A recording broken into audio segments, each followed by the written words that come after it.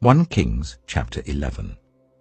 King Solomon, however, loved many foreign women, besides Pharaoh's daughter: Moabites, Ammonites, Edomites, Sidonians, and Hittites.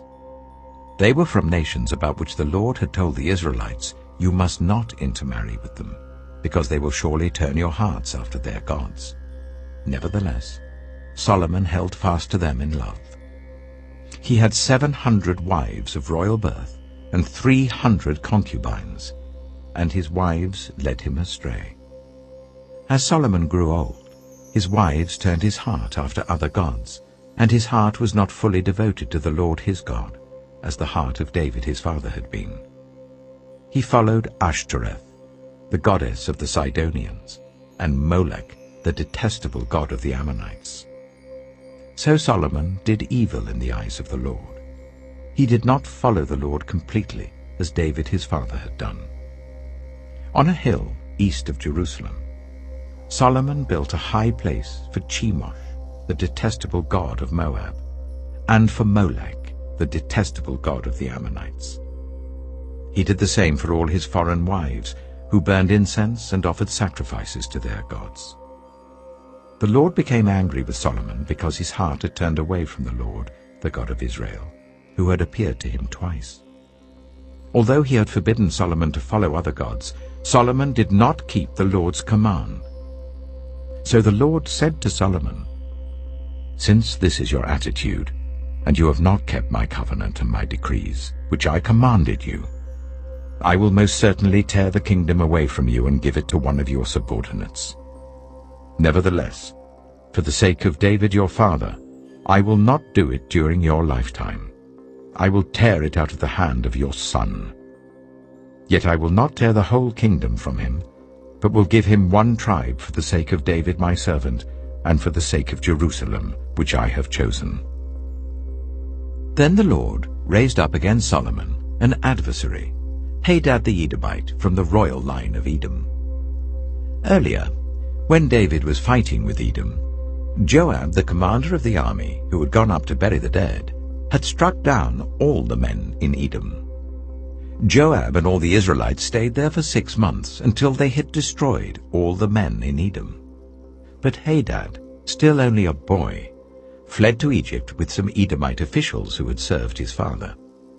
They set out from Midian and went to Paran.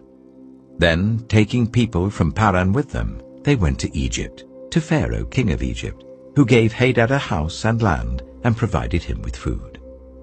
Pharaoh was so pleased with Hadad that he gave him a sister of his own wife, Queen Tahpenes, in marriage.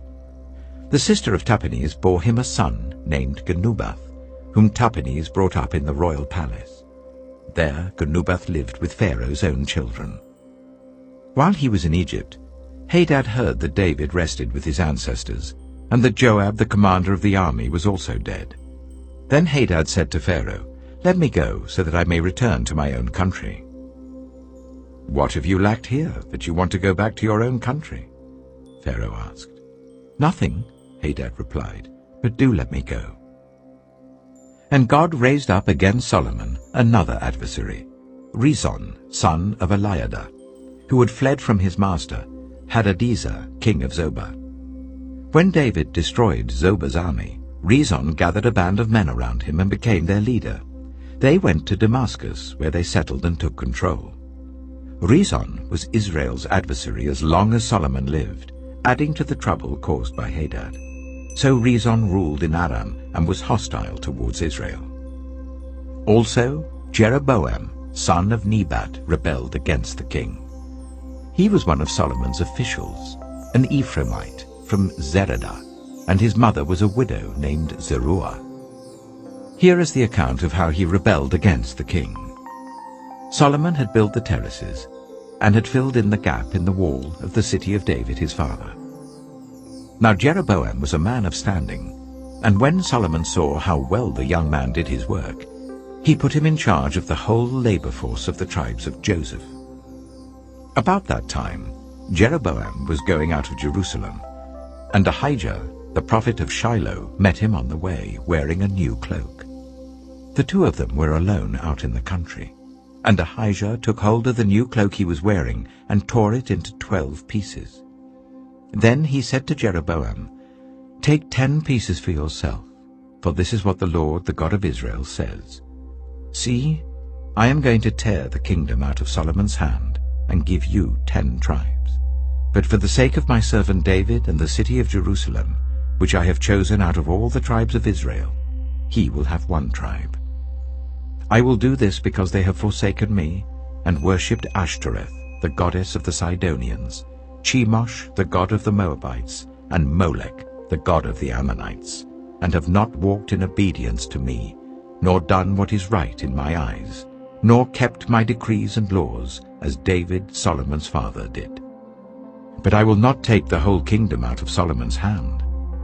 I have made him ruler all the days of his life for the sake of David my servant, whom I chose and who obeyed my commands and decrees. I will take the kingdom from his son's hands and give you 10 tribes. I will give 1 tribe to his son, so that David my servant may always have a lamp before me in Jerusalem, the city where I chose to put my name.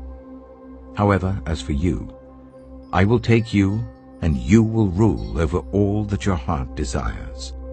You will be king over Israel.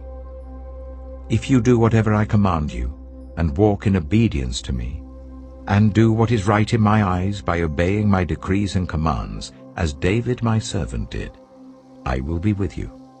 I will build you a dynasty as enduring as the one I built for David, and will give Israel to you.